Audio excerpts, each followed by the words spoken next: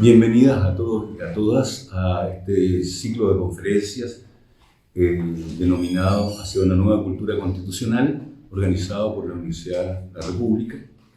El tema que me corresponde presentar, me presento yo primero. Yo soy Francisco Vega Méndez, soy abogado, licenciado en Ciencias Jurídicas por la Universidad Católica de Valparaíso, magíster en Ciencias de la Educación Superior por la Universidad Cervantes, candidato de grado de magíster en Ciencia Política por la Universidad de Chile y tengo estudios de posgrado en Derecho Constitucional en la Universidad Complutense de Madrid.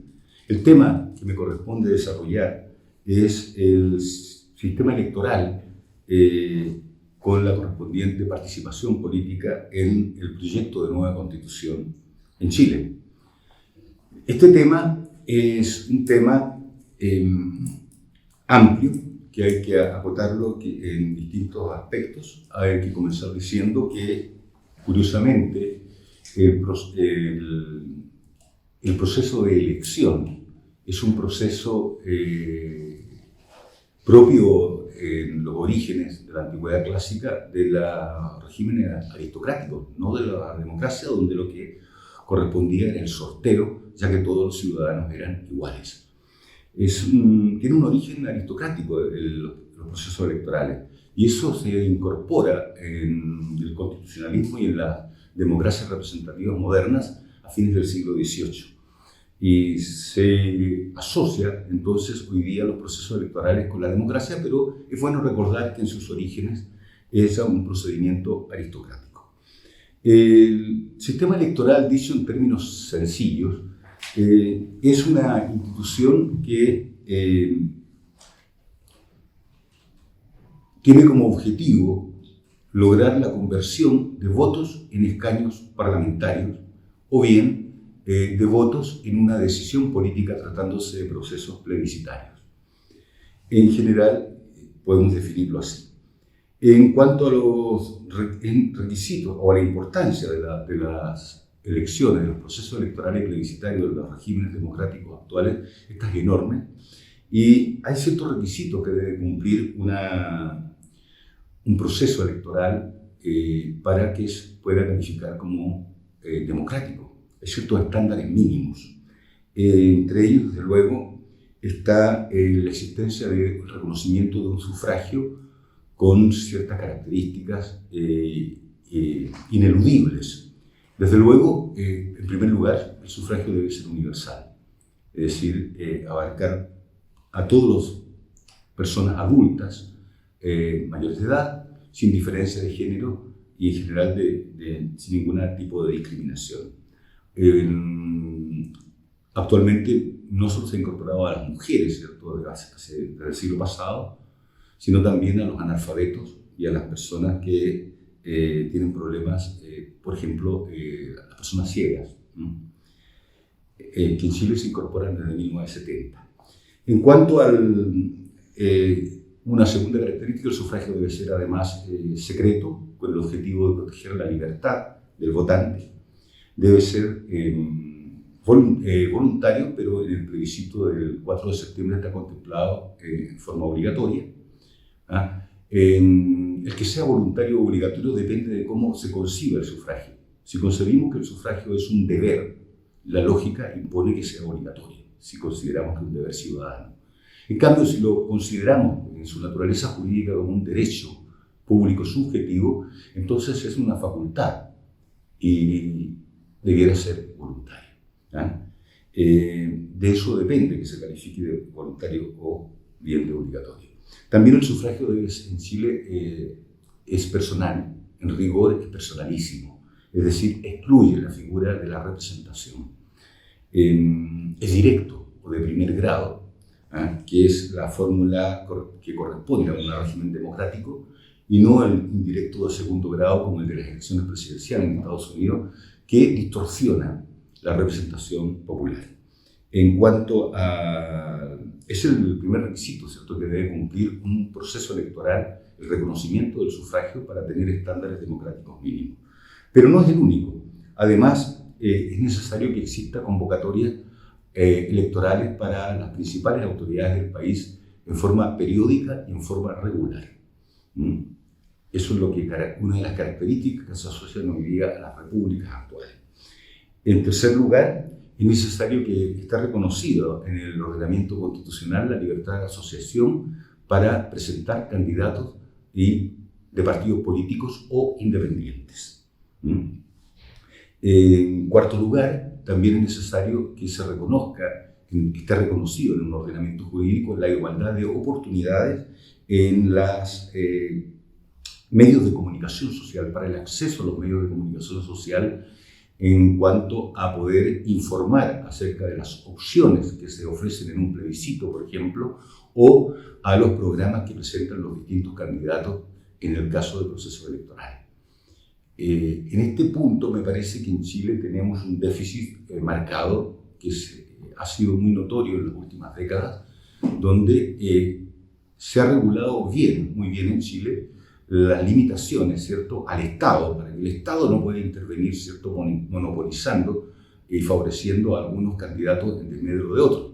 Pero se ha descuidado completamente la regulación del ámbito privado. Hoy día, por ejemplo, los canales de televisión, los medios de comunicación social en general, están en manos de propietarios privados que adoptan la forma de duopolio en la prensa escrita o de grupos de oligopolios en los demás medios de comunicación social. Y el resultado es que no existe el pluralismo en los medios de comunicación social deseable en una sociedad democrática. Es un defecto de nuestro sistema que habría que regular a futuro, desde luego. Otra característica que es necesario respetar en un ordenamiento constitucional para que exista estándares mínimos democráticos en los procesos electorales o plebiscitarios es que exista un recuento público de votos, cosa que en Chile está previsto, regulado, legislado, y una jurisdicción constitucional, que exista un servicio electoral, es decir, que el sufragio sea regulado.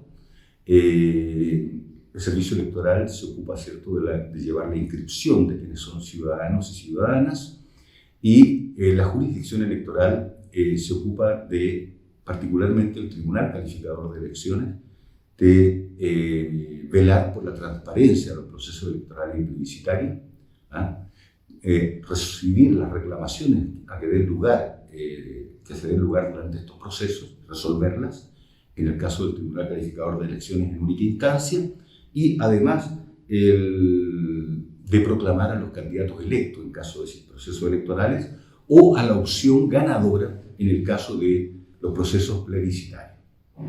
En general, debemos decir que en materia de sistema electoral, el nuevo proyecto de constitución no hace un cambio radical en relación a lo que existe en este momento en la actual Carta de 1980, por cuanto se establece un sistema proporcional o distributivo, que es el que se incorpora en una reforma constitucional en el año 2015, en la Carta de 1980, momento en que se deroga el sistema electoral binominal, que correspondía más bien a un sistema de carácter mayoritario, que además distorsionaba gravemente la representación popular, produciendo efectos antidemocráticos. Hoy día no, hoy día hay un sistema proporcional, de modo que la fórmula de escrutinio que se mantiene va a ser la fórmula de escrutinio, la fórmula D'Hondt, que es la que ha sido tradicional en Chile, estuvo en la Constitución de 1925, está actualmente en la Carta de 1900 después de la reforma del 2015 y está contemplada de alguna manera o descartada en el nuevo proyecto de Constitución. La diferencia, el otro sistema que hay es el sistema mayoritario. ¿Cuál es la diferencia?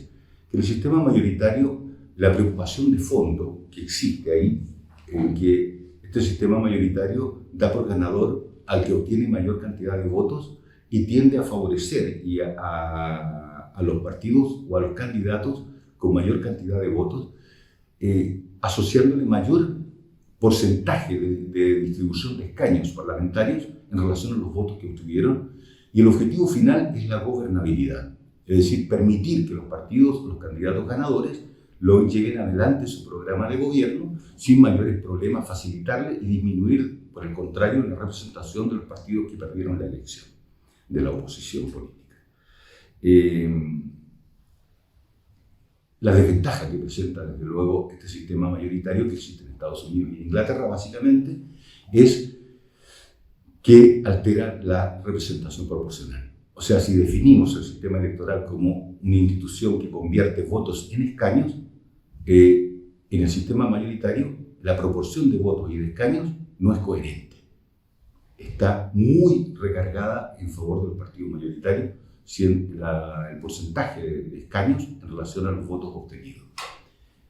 En cambio, el sistema proporcional o distributivo, que es el que se presenta en Chile, busca como mayor fortaleza la equidad en la representación. Busca ser un reflejo lo más fiel posible de la representación de votos en los escaños, es decir, con un margen de error muy pequeño. Si un partido político, por ejemplo, obtuvo un 20% de los votos a nivel nacional, en el Parlamento debería haber una representación equivalente, con un margen de error de 20, 22%, 19%, pero muy cercano.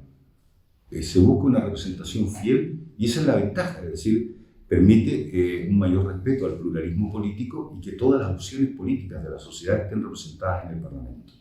Cuestión que no permite el régimen mayoritario. En ese sentido nos parece bien el sistema propuesto en el proyecto de nueva Constitución. El régimen distributivo proporcional es más acorde con los regímenes democráticos. Y en cuanto a los elementos del sistema electoral, habría que decir que hay 4 elementos que destacar. Uno es el distrito o la circunscripción electoral, que es el conjunto de electores que se distribuyen con base territorial para escoger escaños.